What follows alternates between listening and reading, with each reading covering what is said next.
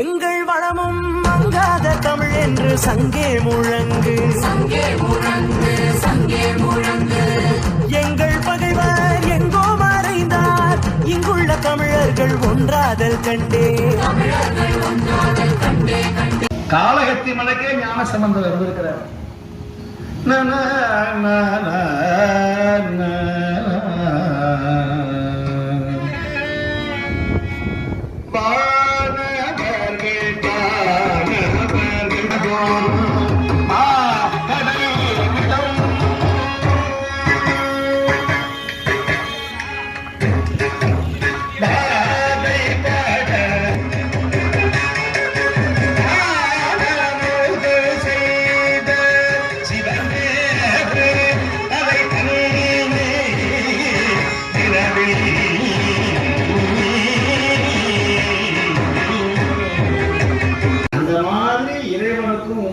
எந்த விதமான இடைஞ்சலும் இல்லாமல் இருக்கணும்.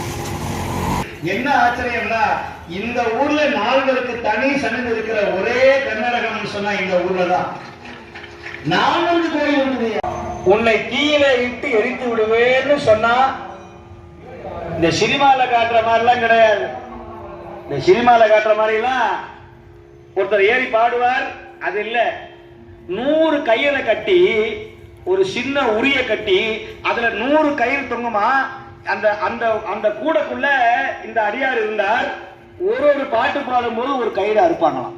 அந்த கயிறு முக்கால்வாசி கயிறு அறுந்து தொங்கலாம். 22வது பாட்டு 22வது பாட்டு வந்து தன் போட்டோ கட்டி வீசி எறிகிறார். சொல்ல வரேன்னா, அபிராமி அந்தாதியை போல இந்த அந்தாதி, இந்த அபிராமி அந்தாதி பாட வேண்டிய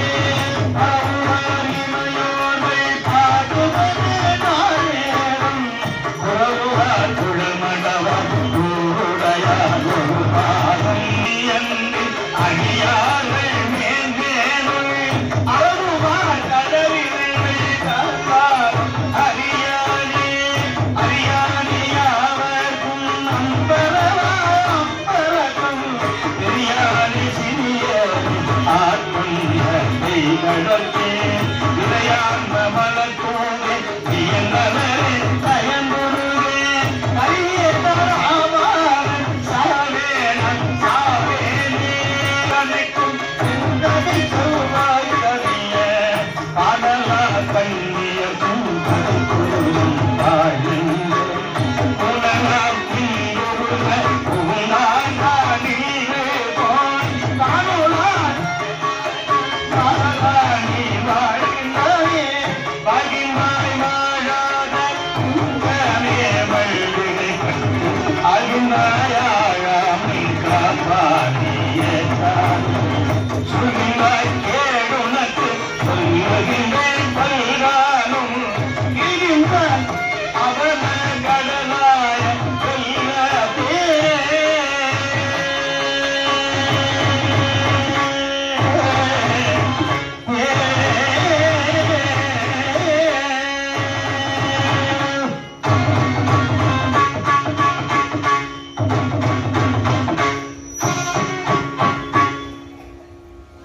இந்த திருவாசகத்துல 6வது பதிகம் 6வது பத்து அனுபவ சுத்தி. கடைசி 2 இலை யாரும் மகராஜ் வரல, சுவாமி வரல, உட்காந்துட்டான். இப்ப எல்லா தலையிலையும் பூ வச்சு அங்க இருக்கிற இன்னொரு மடாதிபதி எல்லாருக்கும் தீபாரணை காட்டுறார். இப்ப என்ன பிரச்சனைன்னா, இப்ப ஊதி பூசியாச்சு, சுண்ணாம்ப கத்திரிக்காய் கட்டியாச்சு. இப்ப என்ன பிரச்சனைனா, சாப்பாடு போடும்போது கழுத்துல லிங்கத்தை காமிக்கணும். வந்துதா சோதனை.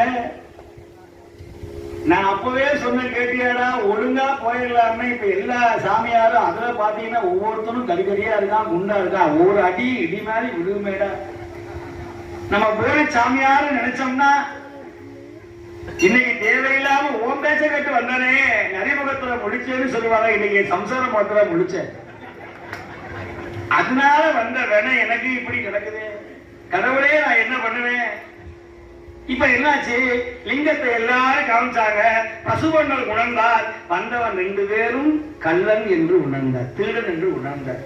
உடனே பார்த்தார், அவன் திருடாக இருந்தாலும் கூட சாப்பாட்டுக்காக அந்த திருநீரை காட்டியிருக்கிறானே, அந்த லிங்கத்தை காட்டுறானே, ஈசனே, சிவகாமி நேசனே, சித்தலிங்கேஸ்வரா, மாதப்பா, அவனை காப்பாற்ற என்று தியானம் செய்தான் குரு.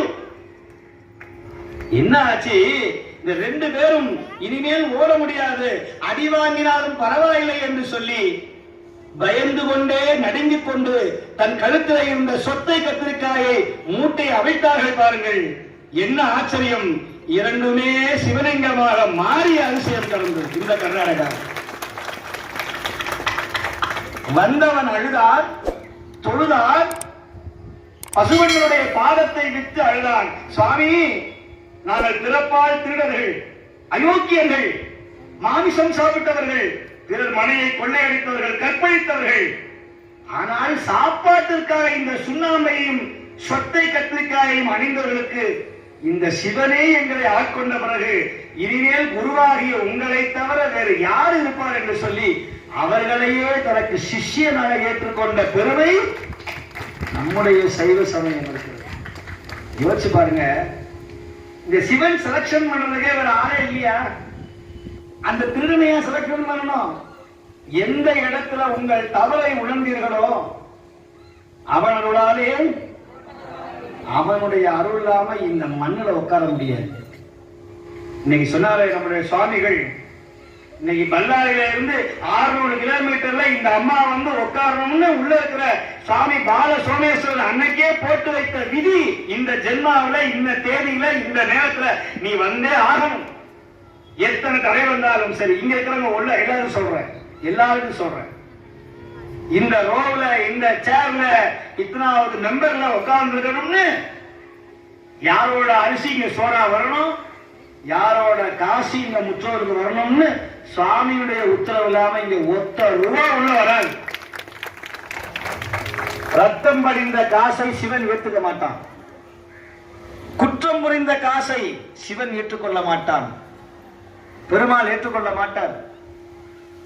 எதுக்கு சொல்ல வர்றேன்னா, புண்ணியம் பண்ணனாதான் அடியாருக்கு சாப்பாடு போட முடியும், நாகேஸ்வர பூஜை பண்ண முடியும். ஒரு சிவனடியார் சாப்பிட்டார்னா உலகத்தில் இருக்கிற எல்லா சிவமூர்த்தங்களும் நைவேத்தியம் செய்ததாக. குபேரன் பட்டினத்தானாக வந்து பிறந்தார் பூம்புகார்ல. அப்படி பூம்புகார்ல பிறந்து பிறகு காலற்ற ஊசியும் வாராது காணும் கடை வகிக்கேன்னு சொன்னார். 16 லட்சம் கோடிக்கு அதிபதி அடுத்த நாள் கோவணத்தோட வந்து வீட்டில் உட்கார்ந்தார். அந்த நாட்டு ராஜா வந்தான்.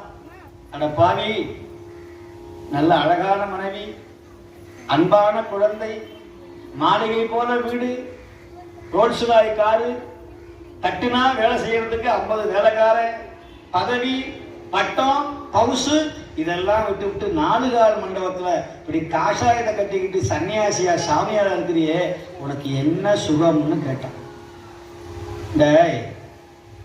நேற்று வரைக்கும் நான் உன்னை பார்க்க வரணும்னா நீ ராஜாவா இருந்த, நான் பெரிய வியாபாரியா இருந்த, நீ உட்கார்ந்து இருப்ப, நான் வரும்போதே இப்படியே வரணும்.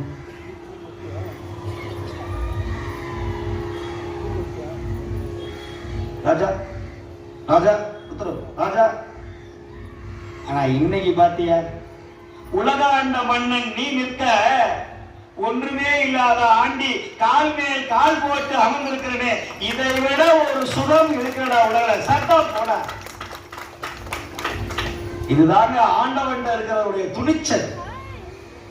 நீங்க கலெக்டரா இருந்த புண்ணியம் கிடையாது. 58 வயசுக்கு மேல வெளியே தள்ளிடுவான் டீ பார்ட்டியை கொடுத்து.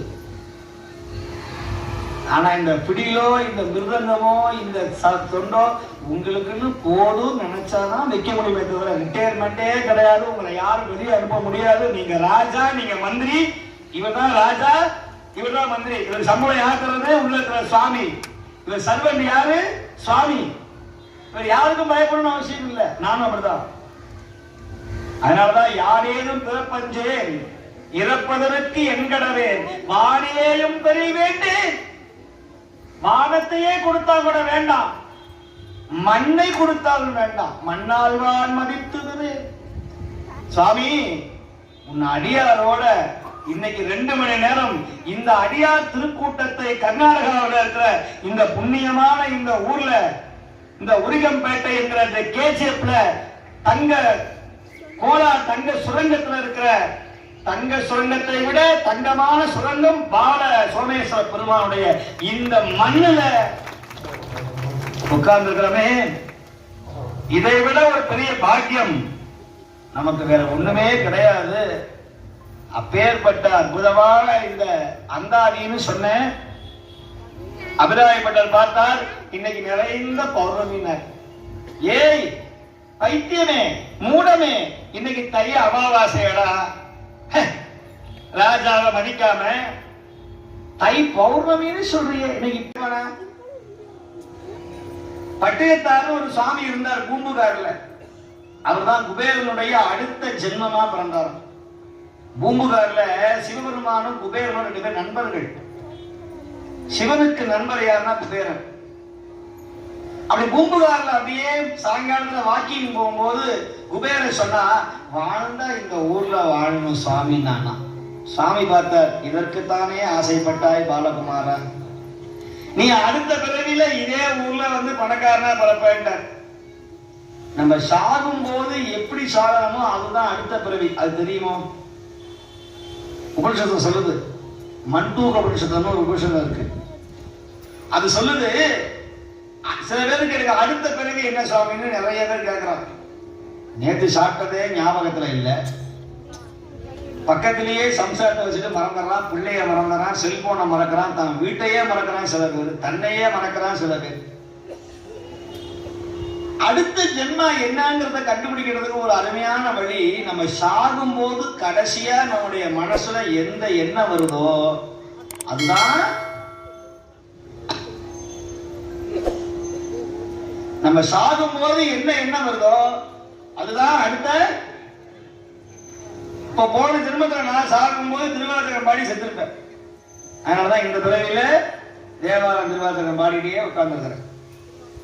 போன ஜென்மத்தில் இவர் மிருதகண்டர் வாசிட்டே இருந்திருப்பார், இல்ல வித்வான் ஆகணும்னு நினைச்சிருப்பார். இவர் வயலின் வித்வான் ஆகணும்னு நினைச்சிருப்பார். இவர் சிவாச்சாரியர் ஆகணும்னு நினைச்சிருப்பார். பூவெல்லாம் பறிச்சு ஓம் சிவாய மகா ஓம் சம்பவே மகா ஓம் விநாயகி நமஹ ஓம் அப்படின்னு சொல்லியிருப்பார். இந்த பிறவி சுவாமி வாடா, எனக்கு 3 காலமும் நீயே வந்து எனக்கு அபிஷேகம் பண்ணுவா. நீங்க தான் என்ன பண்ணிருப்பீங்க சாமி? நாங்கெல்லாம் எங்கெங்கயோ இருந்து ஏதோ ஒரு மாணிக்க வாசகர் கூட்டத்துல ஏதோ ஒரு இடத்துல திருவாசகம் கேட்டதுனால வந்த விளைவு, வந்த புண்ணியம். யோசிச்சு பாருங்க, நம்ம குலம் என்ன, நம்ம எங்க பிறந்தோம், இப்படி எல்லாம் சாப்பிட்டுருப்போம், எதையெல்லாம் சாப்பிட்டுருப்போம்.